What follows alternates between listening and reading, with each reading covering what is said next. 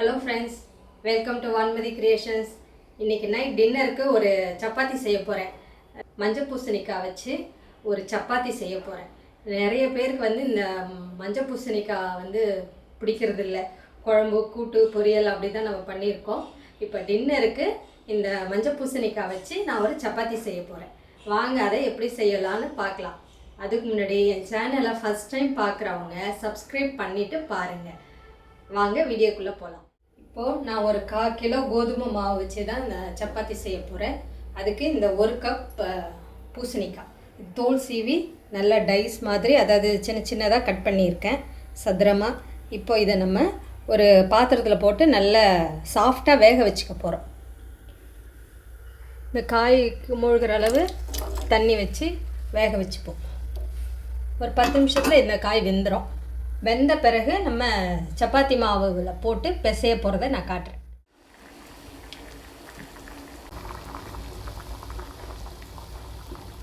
இப்போ இந்த பரங்கிக்காய் நல்லா வெந்துருச்சு. நம்ம தண்ணி வடிகட்டிட்டு இந்த காயை கிண்ணத்தில் எடுத்துக்கலாம். நல்லா குழைவாக வெந்துருச்சு காய்.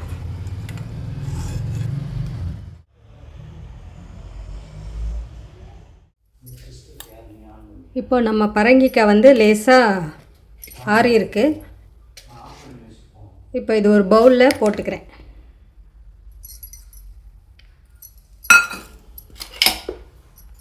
ஒரு மேஷர் வச்சு நல்லா மசிச்சுப்போம். காய் நல்லா சாஃப்டாக வெந்திருக்கிறதுனால நல்லா மசிக்க வரும்.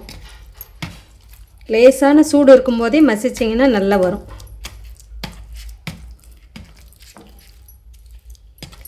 இந்த பரங்கிக்காய் கூட நம்ம கோதுமை மாவு சேர்த்து செய்யும்போது சப்பாத்தி ரொம்ப சூப்பர் சாஃப்டாக வரும். ஏன்னா நம்ம நல்லா சாஃப்டாக இதை மசிக்கிறோம்ல.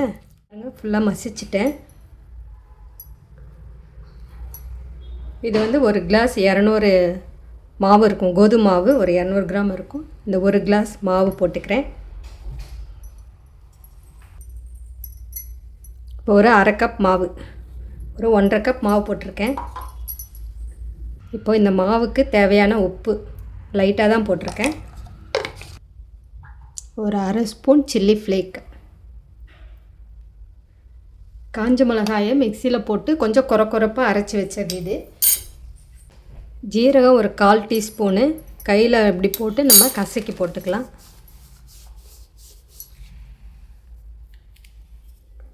இந்தளவு கொத்தமல்லி எடுத்து நான் பொடிசாக கட் பண்ணி போட போகிறேன்.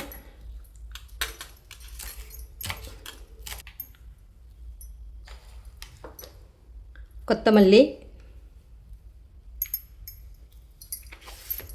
ஃபஸ்ட்டு நம்ம தண்ணியெல்லாம் எதுவும் ஊற்ற வேண்டாம். ஏன்னா பரங்கிக்காய் ஈரமாக தான் இருக்குது. நம்ம வேக வச்சதுனால ஃபஸ்ட்டு இதெல்லாம் நம்ம மிக்ஸ் பண்ணிப்போம். பரங்கிக்காயில் உள்ள ஈரத்தன்மையே போதும். பத்தலைன்னா நம்ம பரங்கிக்காய் வேக வச்சோம் இல்லையா, அந்த தண்ணியை ஊற்றிக்கணும். பிசைஞ்சு பார்த்துக்கோங்க. இப்போ நான் எங்கள் வீட்டில் ஒரு 2 பேர் சாப்பிட்றதுக்காக நான் இந்த அளவு செய்கிறேன். உங்களுக்கு எவ்வளோ தேவையோ அந்த அளவு மாவு எடுத்துக்கோங்க. அதுக்கு தகுந்த பரங்கிக்காய் போட்டுக்கோங்க. கொஞ்சமாக தண்ணி தேவைப்படுது. நான் பரங்கிக்காய் வேக வச்ச தண்ணியை தான் கொஞ்சமாக ஊற்றி பிசைகிறேன். கொஞ்சம் கொஞ்சமாக ஊற்றிக்கோங்க தேவைப்படும் போது.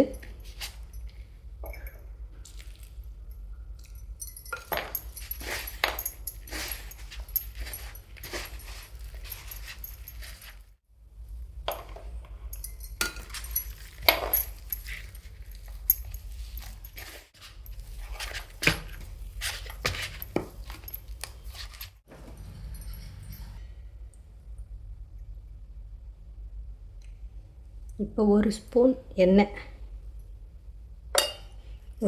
எண்ணெய் ஊற்றி நம்ம நல்லா பிசைஞ்சு வச்சிட போகிறோம். பாருங்கள், மாவு நல்லா ஒட்டாமல் சூப்பராக வந்திருக்கு. இப்படியே கொஞ்சம் நேரம் ஊறட்டும். ஒரு தட்டு போட்டு மூடி 10 நிமிஷம் மாவு ஊறட்டும்.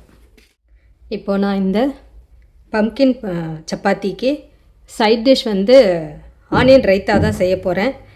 இந்த சைஸில் 2 ஆனியன் எடுத்திருக்கேன். இதை சீவிப்போம். மாவு ஊறுறதுக்குள்ளே இந்த வேலையை பார்க்கலாம். நான் மீடியம் சைஸில் 2 வெங்காயம் எடுத்திருக்கேன். உங்களுக்கு தேவையான அளவு எடுத்துக்கோங்க. ஒரே ஒரு பச்சை மிளகாய்.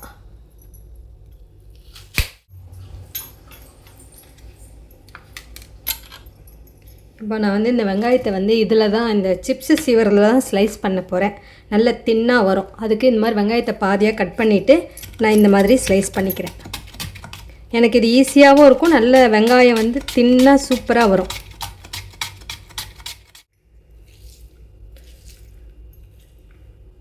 இப்போ பாருங்கள், வெங்காயம் நல்ல தின் ஸ்லைசஸாக வந்திருக்கு. இப்போ இந்த வெங்காயத்தை இப்படி பிரித்து விட்டுக்கிட்டோம்னா நல்லாயிருக்கும். இதே மாதிரி ஸ்லைசஸாக பாருங்கள். இப்போ இதுக்கு பச்சை மிளகாய் கட் பண்ணிப்போம்.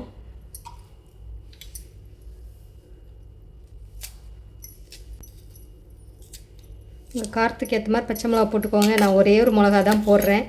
2ஆக கட் பண்ணிவிட்டு சின்ன சின்னதாக போட்டுக்கிறேன். இப்போ இந்த வெங்காயம் பச்சை மிளகாயை ஒரு பவுலில் எடுத்து வச்சுப்போம். நான் சாப்பிட்றதுக்கு கொஞ்சம் நேரம் முன்னாடி தான் தயிரும் உப்பும் ஆட் பண்ணுவேன். ஏன்னா உப்பு தயிர் போட்டால் ரொம்ப தண்ணி ஆகிடும். அதனால் இந்த வெங்காயத்தை தட்டு போட்டு மூடி ஒரு பக்கம் வச்சுடுவோம்.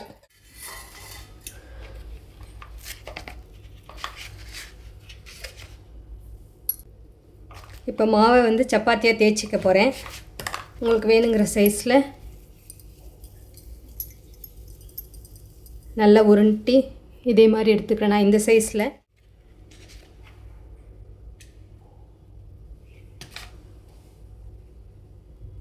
இப்போ தேய்க்கிறதுக்கு கொஞ்சமாக கோதுமை மாவு,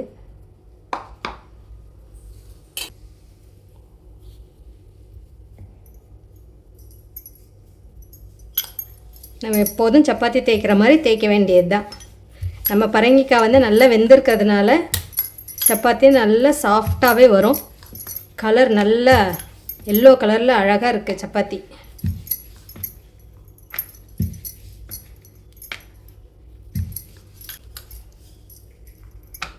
உங்களுக்கு எந்த அளவு மெலிசாக தேய்க்க முடியுமோ அந்தளவு தேய்ச்சிக்கோங்க.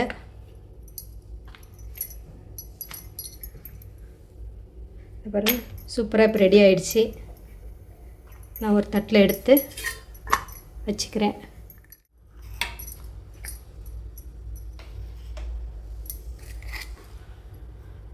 தட்டில் எடுத்து வச்சுக்கிட்டோம்.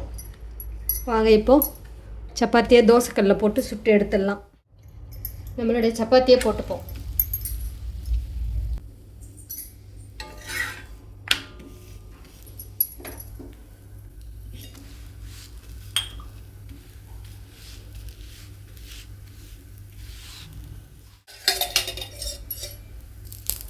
நான் சுற்றி எண்ணெய் விட்டுக்கிறேன்.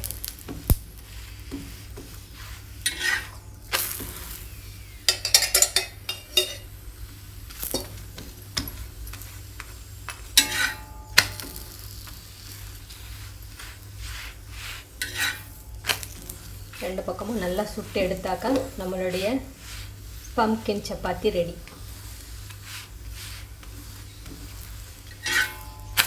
சிலர் இதை வந்து பரங்கிக்காய் பராட்டா அப்படிலாம் சொல்கிறாங்க. நான் வந்து பரங்கிக்காய் சப்பாத்தி அப்படின்னு சொல்கிறேன். சூப்பராக இருக்கும்.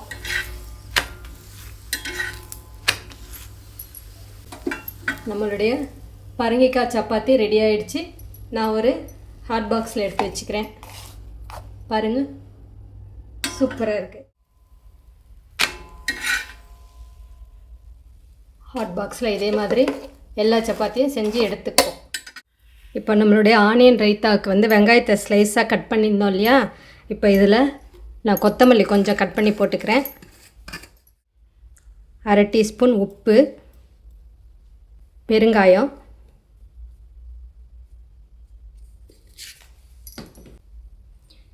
கெட்டி தயிர்,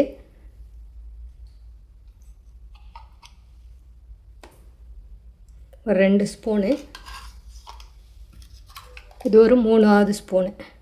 நம்ம கலந்து பார்த்துக்கிட்டு அப்புறமா தயிர் வேணுன்னா போட்டுக்கலாம். நம்ம இப்படி லாஸ்ட்டாக தயிர் கலக்கும்போது தான் நமக்கு இந்த ரைத்தா வந்து தண்ணியாக இல்லாமல் நல்லா க்ரீமியாக இருக்கும். இல்லைன்னா வெங்காயம் உப்பு சேர்ந்து தண்ணி வந்துடும்.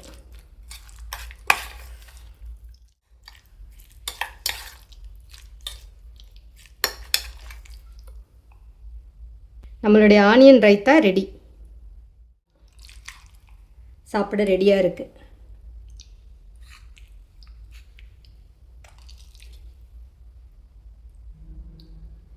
ஆனியன் ரைத்தா.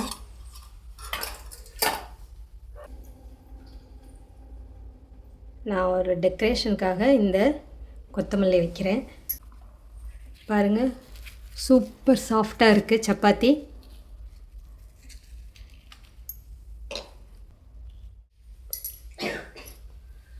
இப்போ நம்மளுடைய சூப்பரான healthy pumpkin chapati onion raita ready.